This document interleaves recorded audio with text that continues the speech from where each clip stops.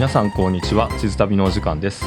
現地時間23時、ローマフィューメチーノ空港に到着しました。世界一周ビジネスクラス旅の途中ですが、これからしばらくイタリアに滞在します。時間も遅いので、とりあえず Uber でまずは宿まで移動します。今回のイタリア滞在なんですが、日本でのフルタイムの仕事と両立しながら続けます。それが何を意味するかというと、日本時間の9時17時は普通にリモートで仕事、イタリア時間の深夜1時から朝9時です。その後はイタリア時間の日中に観光に出かけます。そして寝て深夜1時にまた起きて日本と仕事。そしてこちらが今回滞在するお部屋。ホテルではなくアパートメント型の部屋にしました。なのでキッチンもあります。料理はする時間ないだろうけど、お皿を洗ったりできるのは便利。冷蔵庫はお水だけ入ってました。こっちは食器棚。我が家のよりでかいな。ゴミ箱ね。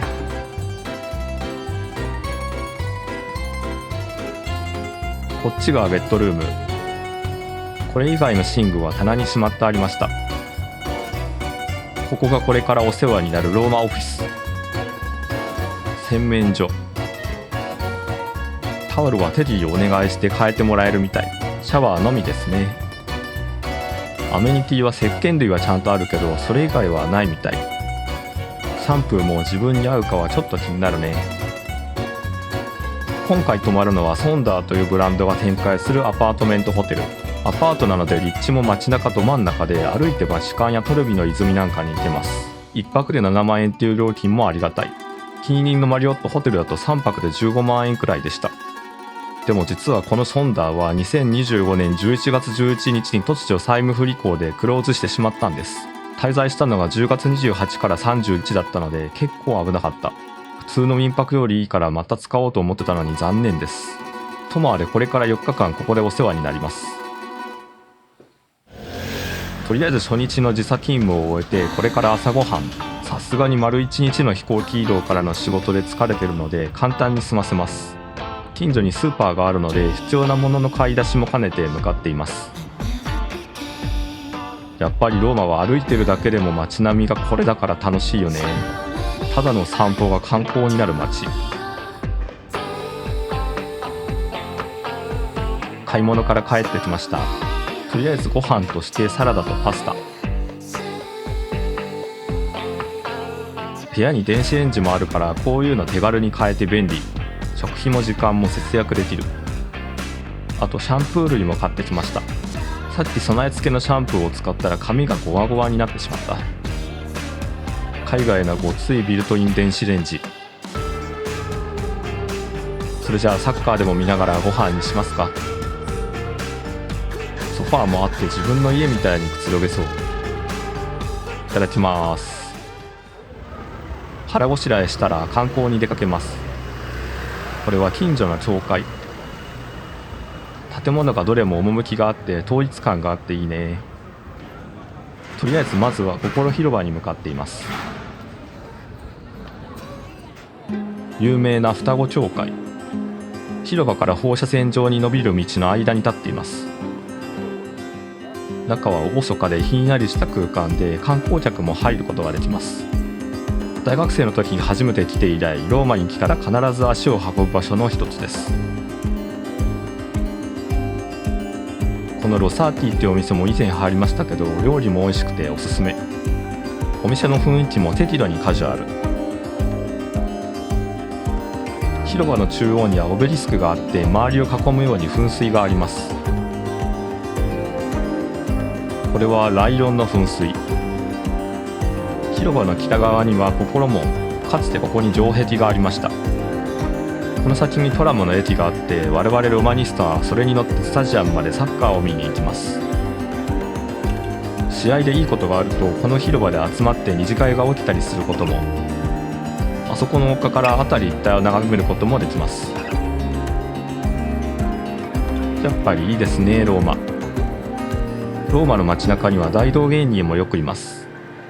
大道芸人なのか悪質な物売りなのかはよく見極める必要があるけど、ローマ市内にはあちこちに AS ローマストアがあります。まだチケットがオンラインで買えなかった時代はここで片言のイタリア語でチケットを買ったりしたのもいい思い出。このコルソ通りのストアは特に大きい店舗の一つじゃないかな。明日の試合のチケットは今回はオンラインで購入しました。続いてやってきたのはスペイン広場。ポポロ広場からも歩いて数分です。昔みたいに階段に座り込むのが禁止されたので綺麗なその作りが見えやすくなりましたね。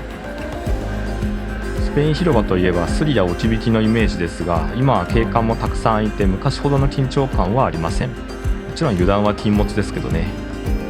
ちょっと上に上がってみましょう。昔も今も旅人の目的地であり続けるローマ、まさに永遠の都。スペイン広場の完成は1725年、今からちょうど300年前ですね。オードリー・ヘプバーンがジェラートを食べたこの階段はフランスの寄付によって整備されたそうです。ベネディクト13世によって落成され、ここにもその名前が刻まれています。1725年のジュビリーの時のこと。ローマのシンボルの一つ。このまま歩いて次のスポットへ。ローマらしい入り組んだ路地を歩いていった先に見えるのはトレビの泉。入り組んだ路地の先に急にこんなのがあるのは毎回びっくりしますね。いつからか泉のそばに行くには2ユーロ必要になってしまいました。止めるものだけがあそこに行けます。でも正直周りからでも十分に見えるんですよね。あんな感じで正面からセルフィーしたいなら2ユーロが必要。またローマに戻ってこれるように願いながら次の場所へ向かいます。街歩きの途中で綺麗なガレリアに出会いました。ヨーロッパの羨ましいのはこういうところ。昔ながらの綺麗な建物が現在も使い続けられる。新大国だとなかなかこうもいきません。大理石の床、アーチ型の天井、精緻なレリーフ。いいですよね。我らがユニクロも入ってました。この新旧混じり合う感じがたまらなく好きだな。日本だと神戸とかでこの雰囲気を少し感じられますよね。美しい。石畳の道をさらに進んでいきます。イタリアの古い街は広場と路地の繰り返し。外敵から街を守る工夫ですね。ここはタッツァ道路。バリスタ修行時代によく訪れましたが、今ではすっかり観光客向けのバールになってしまった。でもなんで観光客が多いのかっていうと、すぐ隣がパンテオンだからですね。よくもこんなものを2000年も前に作ったよね。この辺りも観光客でごった返しています。2000年も前の建造物で今も観光収入を得続けるローマ、まさに遺産ですね。中に入るには並ぶ必要があるんですが、今日は時間の関係でパス。また今度来ましょう。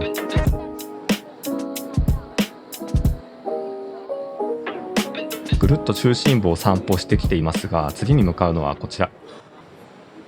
ナボーナ広場にやってきました。ローマでもひときわ綺麗な広場の一つ。2000年前は競技場があった場所らしいです。その場所を使って市場ができ、さらには噴水などが整備されていき、今の姿になりました。その中心にあるのが4大河の噴水。ドナウ、ガンジス、ナイル、ラプラタ川を表しているといいます。これが作られたのは大航海時代とも重なる年代なので、少しずつ世界中の地理や特徴も明らかになっていった頃なんでしょうね。エンブレムに手をかける左側の人はドナウ川の象徴らしいです。この辺りも当時の宗教改革が背景になってるんでしょうね。以前はここも中畑とか言いながら近づいてくる物売りが多かったですが、今はだいぶ控えめになったみたい。でもレストランに入ると店員さんから中畑って言われました。なぜなら僕は今ローマのユニフォームを着て歩いているから。現地ロマニスタと交流したくて分かりやすい格好をしています。注文したのはルッコラのピザ。一人旅だとシェアできないのが辛いけど美味しそう。いただきます。ピザはルッコラの他にキノコとアンチョビが乗っていてめちゃくちゃうまい。あえてトマト系にしなかったけどこれは当たりでしたね。一意外とペロリと食べちゃった。この後仕事だからお酒を飲めないのがもったいない。お腹もいっぱいになったので宿に戻ります。これから一眠りして深夜に日本時間と合わせてお仕事頑張ります。おはようございます。深夜仕事を終えて Day3 の朝です。今日は昨日とは別方向のお散歩。こんな感じでローマユニを着ていると話しかけられます。逆にライバルチームのファンに絡まれることもあるんですが、それも含めて楽しいです。簡単なイタリア語しか知らないので、いずれはサッカー談義ができるようになりたいところ。さてこれから向かうのは町の北西側、ローマ市内を流れるテベレ川の向こう側に渡ります。あっち側ですね。この辺は絵になる建物が多すぎてなかなか前に進めないエリア。目の前にあるのはローマの最高裁判所。そこから視線を西側に移すとバチカン市国の大聖堂が見えてきます。美しすぎるよ。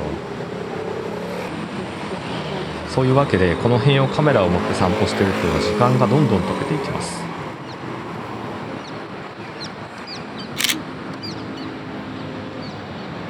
じゃあ進みましょう。川沿いを西に向かって少し進むと今度はサンタンジェロ城が見えてきました。英語的に言うとセイントエンジェルですね。もともとはローマ帝国の皇帝が霊廟として作らせましたが、その後は要塞として軍事利用されてきました。現在は博物館になっています。サンタンジェロ城が昔から大好きで、特に写真を撮りまくってしまうスポットの一つ。川沿いにあるっていうのがまたいいよね。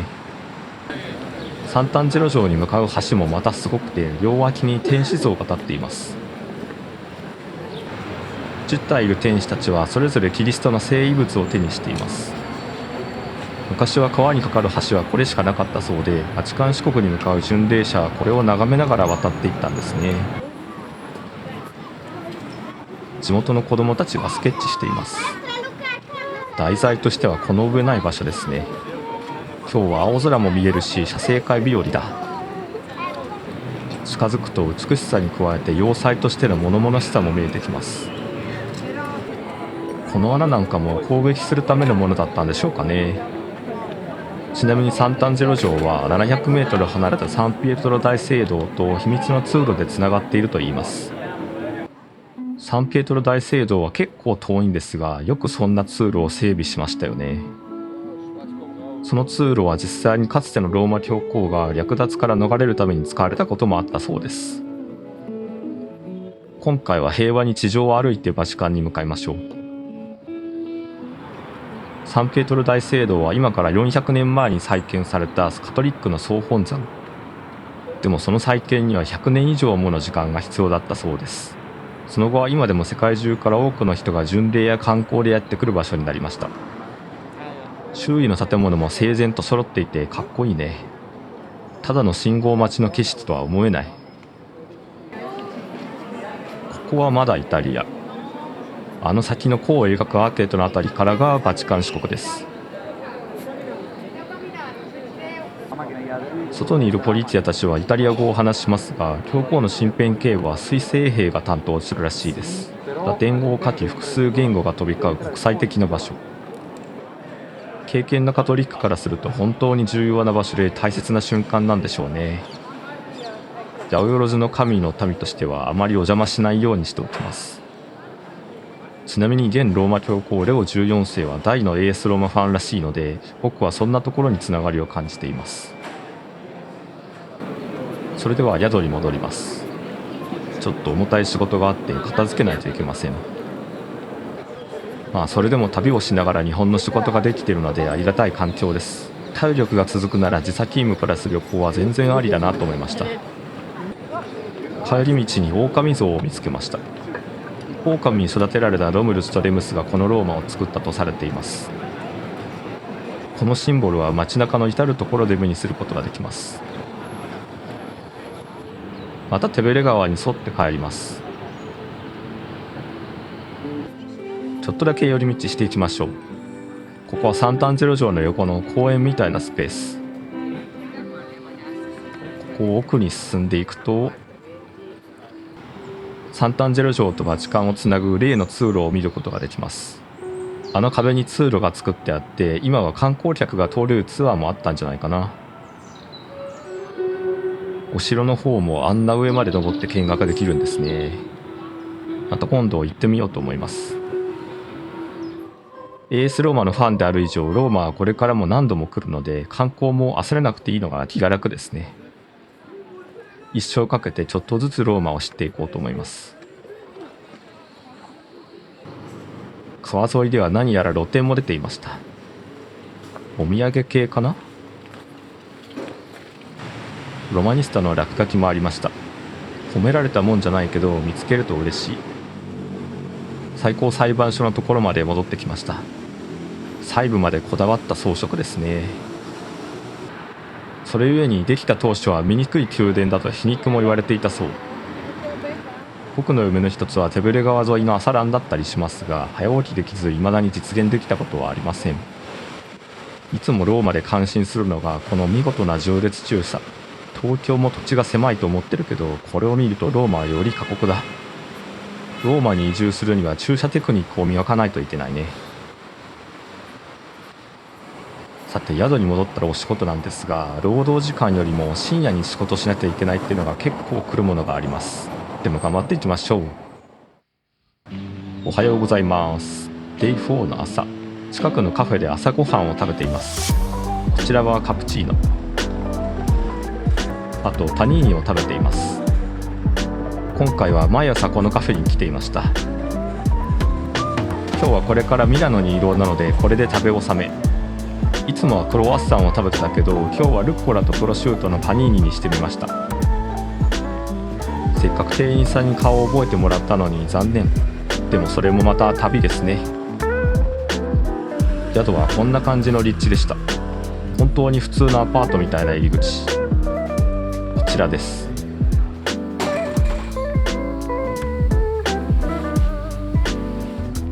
宿の前までウーバーに来てもらってテルミニ駅に向かっています。ローマテルミニ駅からミラノ中央駅までフレッチャロッサという高速鉄道で旅します。今日が金曜日でこれから3連休なので、ミラノでは仕事を気にせず観光できる予定。深夜に働きながら昼間に観光してると頭が休まる時間が少なくてちょっと辛かったね。それでも久々のローマでたくさんエネルギーをもらいました。というわけでテルミニ駅到着。テルミニも綺麗になっていっていますね。ここからミラノに向かうわけですが、今回の動画はここまで。次回はミラノ編に続きます。それではまた次の旅でお会いしましょう。さようなら。